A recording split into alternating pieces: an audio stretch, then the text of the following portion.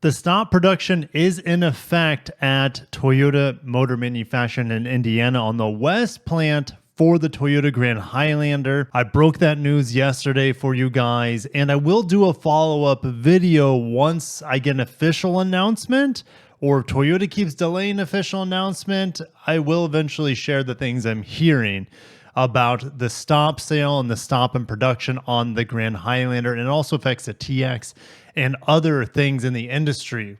But that's not what this video is about. We're taking our eye from North America, the Indiana plant, and we're going across the Great Ocean. We're going to Japan because apparently 6 production lines have been shut down, not only for Thursday, but potentially for Friday. And we don't know which plants, we don't know which production lines, and therefore we don't know which models are affected. What could this mean worst case scenario for us in the United States? Well, that means Land Cruiser could be halted. That could mean Lexus GX and LX could be halted for the time. It could mean things like the Corolla Hybrid, the Prius, the Crown models.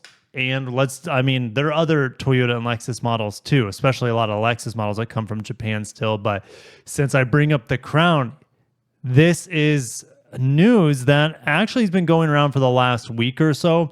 Toyota has postponed the launch of the new Crown Estate. That is this model on the far right. This is what we call the Crown Signia, or Toyota has dubbed the Crown Signia here in the United States. And it has been postponed. They're doing more tests on it. Probably more safety tests would be my guess, because they don't want to get caught red-handed like they did with the Grand Highlander. They're going to double down, make sure these vehicles are safe before they put them on, big sales. I don't know if this is going to affect the Crown sedan that we have in production. And, many of you would love to have the Crown Sport, just not available or even announced for the United States market. It's kind of like the common man's Ferrari Purosangue. And then the real Crown, the rear-wheel drive Crown that I wish we had as a kind of a successor to the Lexus GS, that is not going to come here, unfortunately. But maybe the powertrain could actually come.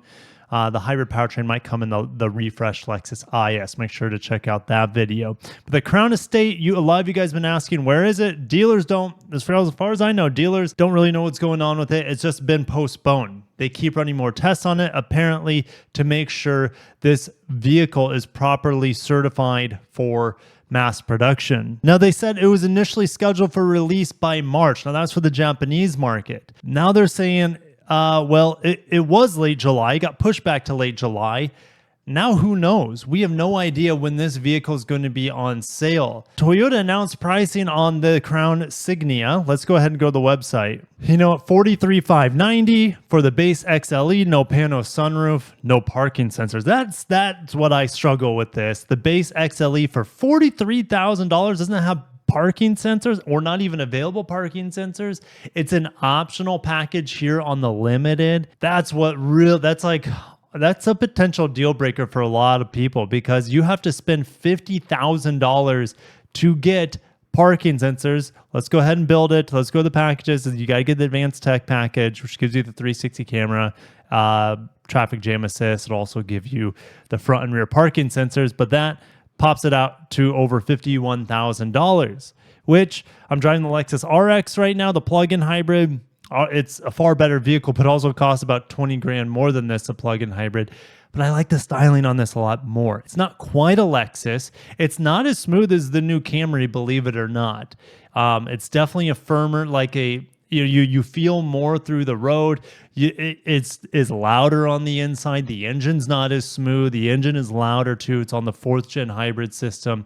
I just wish this was on the 5th gen hybrid system like the Camry. Then it would help its case for sure. But since this vehicle is delayed, yes, it's still going to be a 2025 when we get it, but I don't know if we'll get it by the end of this year. I sure hope so, but it's really just like in question at this point. So what do you do in the midterm? Well, Toyota only plans to send about 20,000 per year. That doesn't mean we'll get 20,000 this year. We don't even know when it's going to hit our shores. So I would say if you're interested in the Crown Signia, there are just a lot of good options out there. the Mazda CX-70. The Lexus NX is a great alternative to this. Find yourself a Toyota Venza, new or used. If you can find any new, that's great. Used Toyota Venzas are also great. Subaru Outback kind of gives you this wagon persona as well. And the Lexus RX is obviously a potential vehicle in comparison to this. I mentioned the Mazda CX-70, Mazda CX-50 too, because that kind of gives you the wagon persona that this vehicle does, a CX-50. So yeah, you guys, I wish I had better news for Toyota, but why are these vehicles being delayed? I think Toyota's being extra cautious right now. They've been in the spotlight these past few months for a lot of the wrong reasons. Quality control, production halts down in Mexico for sure with the Tacoma, overpriced Tacomas.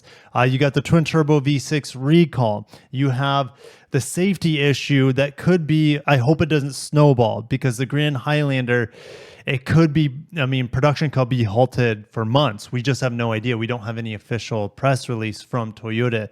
So I don't want to speculate too much, and I don't want to share what I'm hearing quite yet until we hear from Toyota on this, on the at least the Grand Highlander West Plant, Indiana production stoppage. And I guess all in this was something to look forward to, at least for a lot of you. In September, I will be driving some cool stuff. The new 4Runner I will be driving, and there will be some potentially other new Toyota products that I'm not at liberty to talk about right now, but we could have some new announcements for upcoming Toyota products around the same time as the new 4Runner media drive. It seems like, at least with the press events for Toyota nowadays, since they have so many models, they hardly ever just do an event specifically for one model. Lexus is different. They will do an event just for one Lexus model. But when it comes to Toyota, they like to double dip. They like to get their most bang for their buck for these media events by covering as many new products as they can at that specific time. That's why when I drove this vehicle, the Crown Signia, I also drove the new Camry. I drove the iForce Max pickup trucks, as well as the Land Cruiser iForce Max at the same time. So it was just like boom, boom, boom, all these vehicles all at the same time.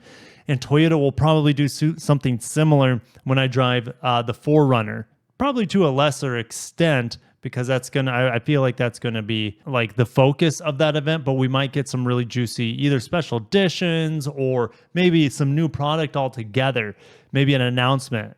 So it'll be fun. Anyways, I'm going to shut it down there. Thank you guys for watching. Stay tuned for more Toyota updates. And I hope I have better news for you guys in the coming days, weeks, months regarding Toyota. If you enjoy this content, hit the like button, and I'll catch you in the next one. Peace out.